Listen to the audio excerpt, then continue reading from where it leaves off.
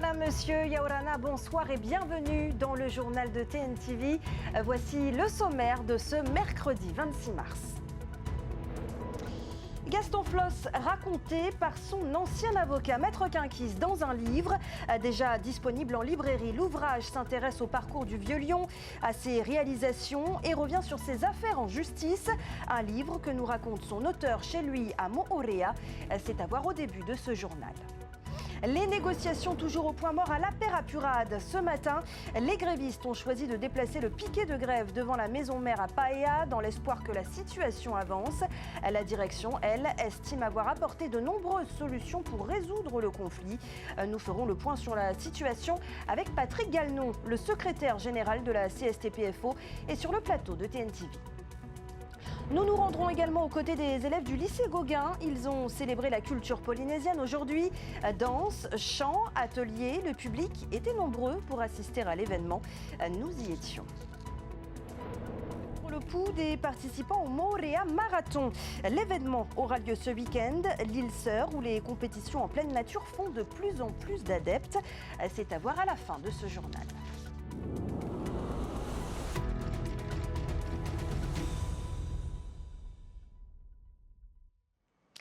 On ouvre donc ce journal par cet entretien réalisé avec l'ancien avocat de Gaston Floss, Maître Quinquis, qui a donc publié un ouvrage sur le parcours du Vieux Lion. Ouvrage déjà disponible en librairie. François Quinquis dresse le portrait d'un homme qu'il a côtoyé depuis plus de 30 ans. Un entretien réalisé par Sam Teinaure. Regardez. Alors, je réexplique pour tout le monde la décision de ce matin. S'il y a une personne que Gaston Floss écoutait religieusement, c'est bien François Quinquis, son avocat et l'avocat de la Polynésie française pendant plus de 30 ans. Il n'a jamais, mais alors au grand jamais, remis en question quelques décisions que j'ai pu prendre à l'occasion ou à l'exercice soit de sa défense, soit de celle du territoire. Je sais bien qu'il est considéré comme par moment comme étant très directif par un certain nombre de ses collaborateurs. Mais avec moi, il a toujours été d'une rectitude et d'une confiance à toute épreuve.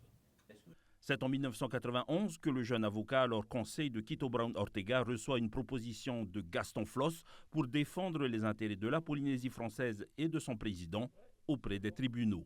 Juriste hors pair, il s'est tout de même fait des ennemis au sein de la magistrature et des médias. Le fait que je m'embrenne quelquefois avec une certaine virulence, c'est vrai, et à l'institution judiciaire et aux médias, ne m'a pas attiré que des amis, c'est clair. Sur le plan local, non, honnêtement, je n'ai pas eu de difficultés et je ne pense pas que ce soit eux qui soient à l'origine de la curée contre Gaston Floss. Ce sont vos collègues et vos confrères parisiens.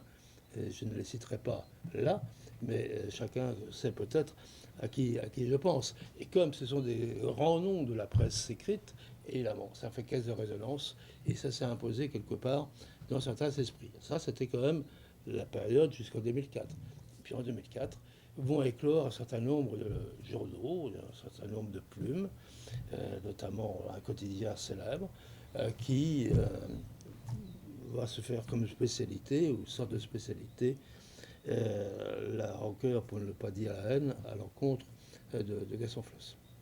Affaire des emplois fictifs, Haddad Floss ou JPK, François Quinquis a pu à de nombreuses reprises limiter, voire éviter la condamnation de Gaston Floss. Mais sa plus grande réalisation est au titre d'avocat de la Polynésie française dans le contentieux qui l'opposait à la société Bouygues en charge du chantier de l'hôpital de Taoné. Ceux qui étaient demandeurs en justice, qui demandaient la nullité des contrats et force dommage-intérêt extrêmement important, c'était l'entreprise Bouygues. Je n'avais pas le droit de me louper sur ce coup-là. Ça aurait mis le territoire à genoux. Et je reconnais que là, je suis assez fier du résultat que j'ai obtenu, puisque Bouygues a été débouté de toutes ses demandes. La biographie que François Quinquis a réalisée sur Gaston Floss concerne principalement la période durant laquelle ils ont travaillé ensemble. L'ancien président a demandé une seule correction. Je lui ai présenté le premier exemplaire, je lui ai présenté plus exactement le premier manuscrit qui était une ébauche, mais une ébauche déjà un peu approfondie. Je le lui ai donné. Il m'a donné son feu vert. Là, détail un petit peu croustillant quand même. Il dit, c'est très bien, c'est très bien. Mais il y a juste quelque chose. Vous dites que je suis né en 1931, et il faut ajouter à Rikitea. C'est tout.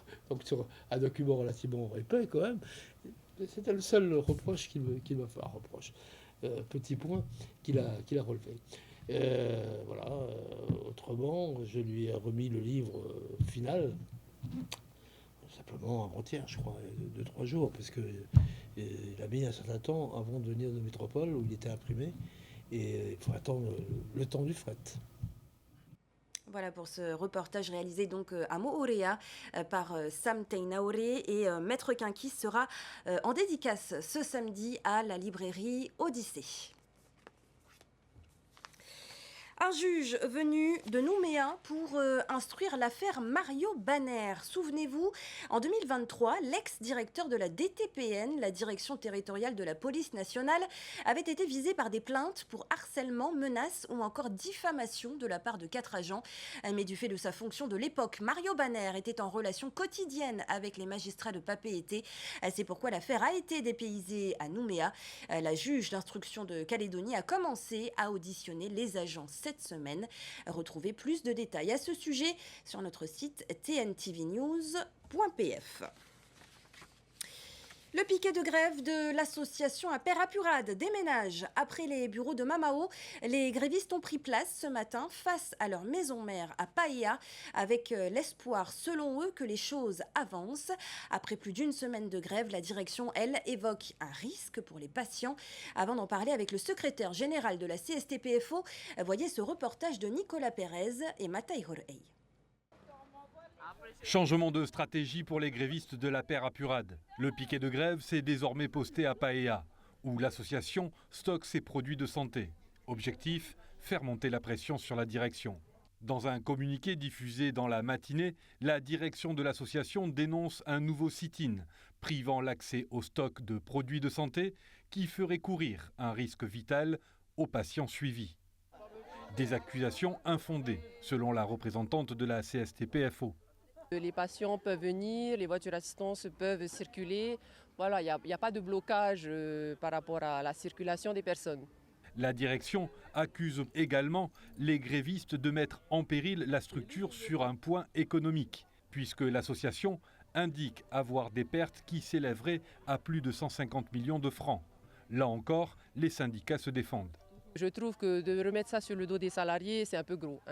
Et en parlant des chiffres, la plupart de leurs chiffres sont erronés. Donc ça change à chaque fois qu'on se voit en réunion. Je ne peux même pas parler ça de négociation parce qu'au final, il faut être deux pour négocier. Et là, on se retrouve vers des personnes qui sont incapables de pouvoir donner des décisions.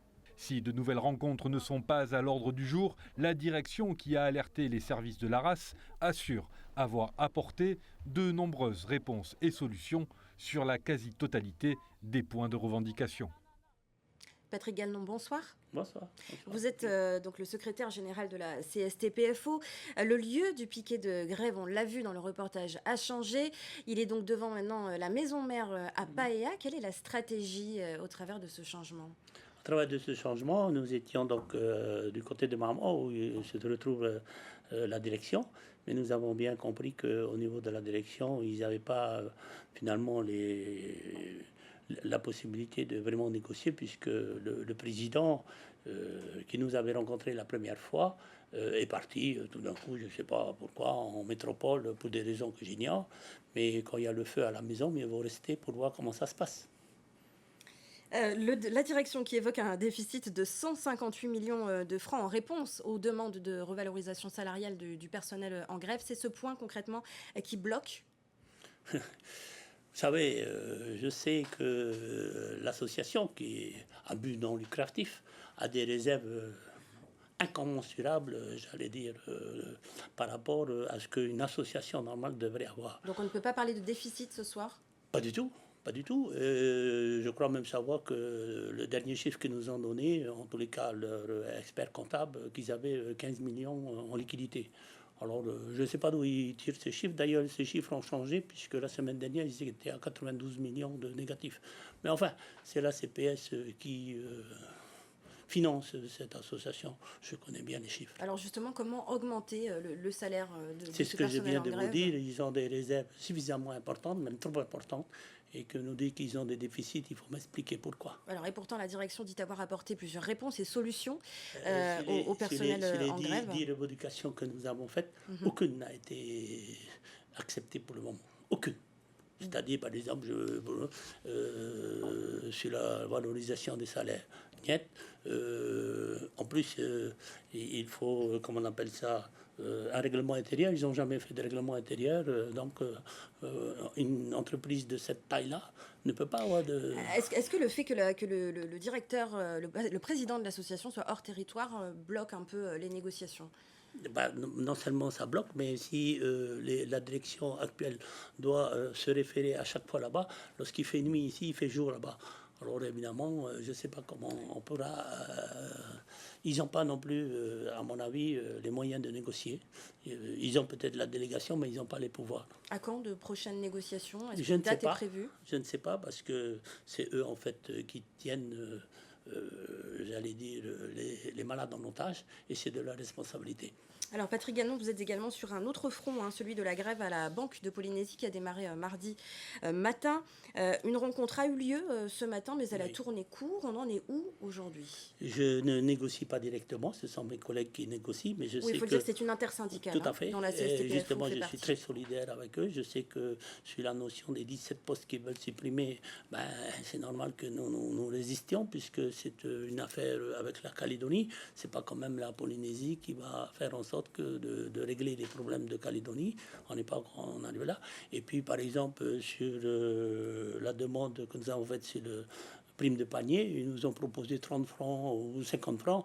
Bon, c'est des clopinettes. C'est pour ça que ça a tourné court ce matin. Ce matin, pas d'autres négociations prévues. Pas Le personnel a nous, ce qu'on menacé souhaite, de durcir le mouvement. Nous, ce qu'on souhaite, c'est que, évidemment, on puisse trouver des solutions à cette problématique et non pas que le personnel soit l'élément variable pour régler les problèmes de Calédonie.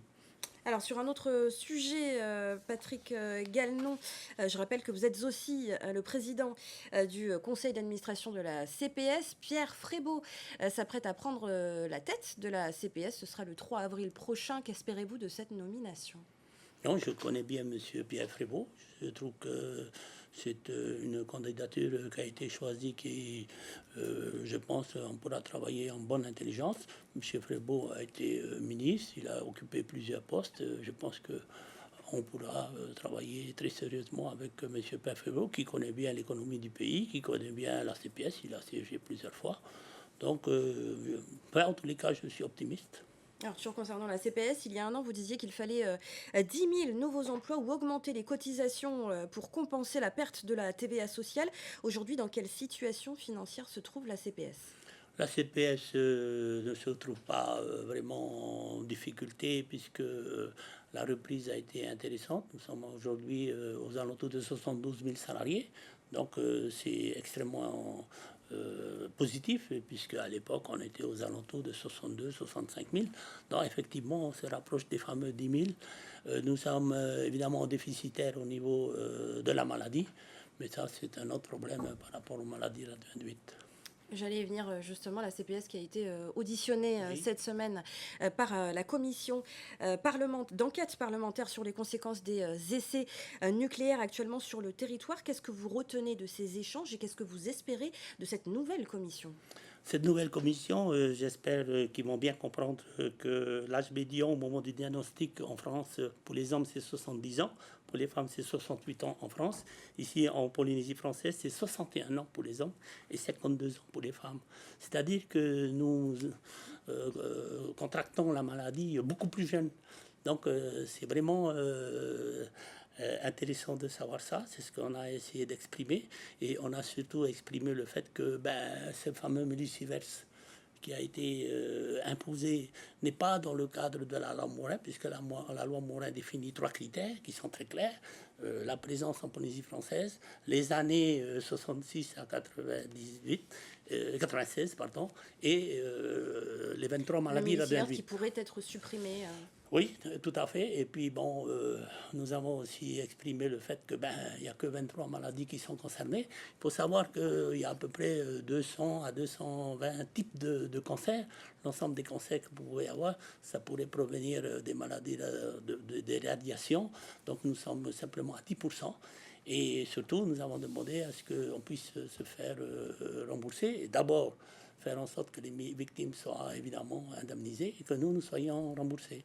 Merci beaucoup, Patrick Galenon. Cette commission d'enquête qui doit rendre son rapport au mois de juin. Sur la dépense, nous sommes aujourd'hui à 112 milliards, dont 100 milliards pour les régimes contributifs et 12 milliards pour le RSPF, c'est-à-dire le territoire. Voilà ce que nous avons donné comme document à la commission. À la commission d'enquête. Merci beaucoup, Patrick Galenon, d'avoir été notre invité ce soir. Je vous en prie, c'est moi qui vous remercie. Après plusieurs semaines d'incertitude, le haut-commissaire Eric Spitz a affirmé aujourd'hui que Paris tiendra ses engagements sur sa participation au financement des Jeux du Pacifique. Le représentant de l'État et le président du pays ont signé cet après-midi la nouvelle convention du 3e instrument financier pour la période 2025-2027. Sur les 15 milliards de francs engagés, 2,5 milliards de francs seront consacrés aux opérations liées aux Jeux du Pacifique. Écoutez les précisions d'Eric Spitz, il est au micro de Désiré Teivao. Le ministère de l'Outre-mer, dans un contexte budgétaire extrêmement tendu, a décidé de maintenir l'intégralité de la tranche 2025 du contrat de développement et de transformation, c'est-à-dire 2,7 milliards de francs pacifiques, qui serviront intégralement à financer des opérations liées aux Jeux du Pacifique. Ça s'ajoute à l'argent qu'on met sur le 3IF, auprès de l'AFD et puis toute notre technicité dans le domaine de la sécurité. Donc l'État sera bel et bien présent aux côtés du pays pour que ces Jeux réussissent aussi bien que les Jeux Olympiques. Je vous propose à présent de vivre une journée polynésienne aux côtés des élèves du lycée Gauguin. Chant, danse ou encore ateliers ont rythmé cet événement. Objectif pour la direction de l'établissement, une meilleure intégration des élèves à la culture et un renforcement de l'estime de soi. Naya Bennett, Andy Ebb et Liora Bounik. Concours du meilleur orchestre, du pupukaina, de la meilleure tenue végétale, du orero ainsi que du meilleur groupe de danse. Au total, 13 participants et groupes ont démontré leur savoir-faire culturel. On met à l'honneur cette culture polynésienne. En métropole, dans les différentes régions, c'est devenu folklorique. Ça n'existe plus. Hein. C'est des petits groupes folkloriques. Ici, quand je vois le travail de nos élèves, les talents qui sont développés, c'est remarquable. Moi, je suis admiratif de nos jeunes. Cette journée polynésienne portée par les élèves, accompagnée de membres de l'association des parents d'élèves et d'enseignants, s'est articulée autour de différents concours et d'ateliers culturels mettant en valeur les différents archipels et leurs langues. On oublie souvent qu'on a 5 archipels et qu'eux aussi ont leur propre culture, leurs propres pratiques culturelles, que ce soit au niveau de la nourriture, des danses, de l'artisanat. Aujourd'hui, on voit un peu ce creux qui s'est formé entre la jeunesse et aussi les anciens, parce que nous, on n'a pas forcément toutes ces pratiques, et on voudrait apprendre justement. S'approprier sa culture à travers la danse, le chant et la langue. Une langue qui pour certains se perd, mais qui reste vivante pour d'autres. Je ne suis pas trop d'accord avec le fait qu'elle se perde, parce qu'au lycée, moi je trouve que les élèves, même entre eux, ils se parlent en tahitien, ou en marquisien, ou en tourapais. Et c'est plus une réserve, une honte qu'il faut franchir, mais ils ont quand même des bases. Donc dans la langue, elle n'est pas perdue. Chaque année, ce sont 3 à 5 mois qui sont consacrés aux répétitions et à la préparation de cette journée polynésienne. Plus de 1000 coureurs sont attendus ce week-end à Moorea. L'île Sœur organise son marathon annuel qui attire chaque année de plus en plus d'adeptes. Il faut dire que le cadre est idéal pour le sport en pleine nature, autant que pour les passionnés de sport sur route. Le point sur cet événement, c'est avec Liora Bounik et Nicolas Pérez. Ils ont également pris le pouls du côté des participants. Accueil, dépaysement, magnifique, paradis, solidarité. Une destination qui fait rêver les coureurs. Le Moorea Marathon s'adresse aux sportifs aguerris comme aux débutants. avec des épreuves adaptées à tous les niveaux, y compris pour les enfants. L'épreuve phare d'abord c'est le marathon. Ensuite on a toujours eu du monde sur le 21 km. Là cette année on atteint les 500 participants sur une distance du 21 km, c'est quand même énorme. Nous on est très satisfaits de ce record. Cette année, plus d'une cinquantaine de participants internationaux prennent part au marathon, un chiffre qui dépasse largement la dizaine d'inscrits de l'édition précédente. Une expérience nouvelle pour certains. C'est la première fois que je fais un marathon et pour les entraînements, c'est la première fois que je faisais des semi-marathons aussi. Donc grande découverte, mais il me tente que ça se termine. D'autres sont déjà des habitués de l'événement. Les conditions, c'est exceptionnel, le paysage c'est magnifique, l'ambiance c'est génial, c'est à petite échelle en plus, donc ça reste très humain. Et l'année dernière, franchement, j'ai adoré. Donc voilà, on réitère. Merci. Allez, à dimanche. Ce marathon est également une bonne occasion pour s'essayer à d'autres disciplines sportives. Je suis nageuse au départ et je pense que je suis quand même mieux dans l'eau que sur terre, mais un défi pour essayer de se surpasser. Un challenge pour certains, mais aussi une belle opportunité de se faire remarquer pour d'autres. Cette année, une action sociale a été mise en place avec la commune de Mouréa, visant à rassembler un maximum d'enfants des quartiers prioritaires. Le but c'est de justement les repérer et on sait qu'à Mouréa il y a quand même du niveau en course à pied. Et donc du coup on les a attirés dans l'événement pour repérer un peu ces petites pépites qui potentiellement pourraient s'inscrire dans des clubs d'athlétisme. Reste encore à faire ses preuves. Le coup d'envoi du semi-marathon est prévu à 6h30 samedi et 6h15 dimanche pour le marathon. Rendez-vous ce week-end pour découvrir les résultats. Et c'est ainsi que se referme ce journal. Merci de l'avoir suivi. Juste après, retrouvez l'émission de 0 à 100 km/h, suivie de Polynésie, le pouvoir des plantes, consacré au kava. Enfin, 2 épisodes de Damages. Je vous souhaite une très belle soirée sur Tahiti Nui Télévision. On se retrouve demain. Retrouvez ce journal en replay sur notre site internet et notre application mobile TNTV.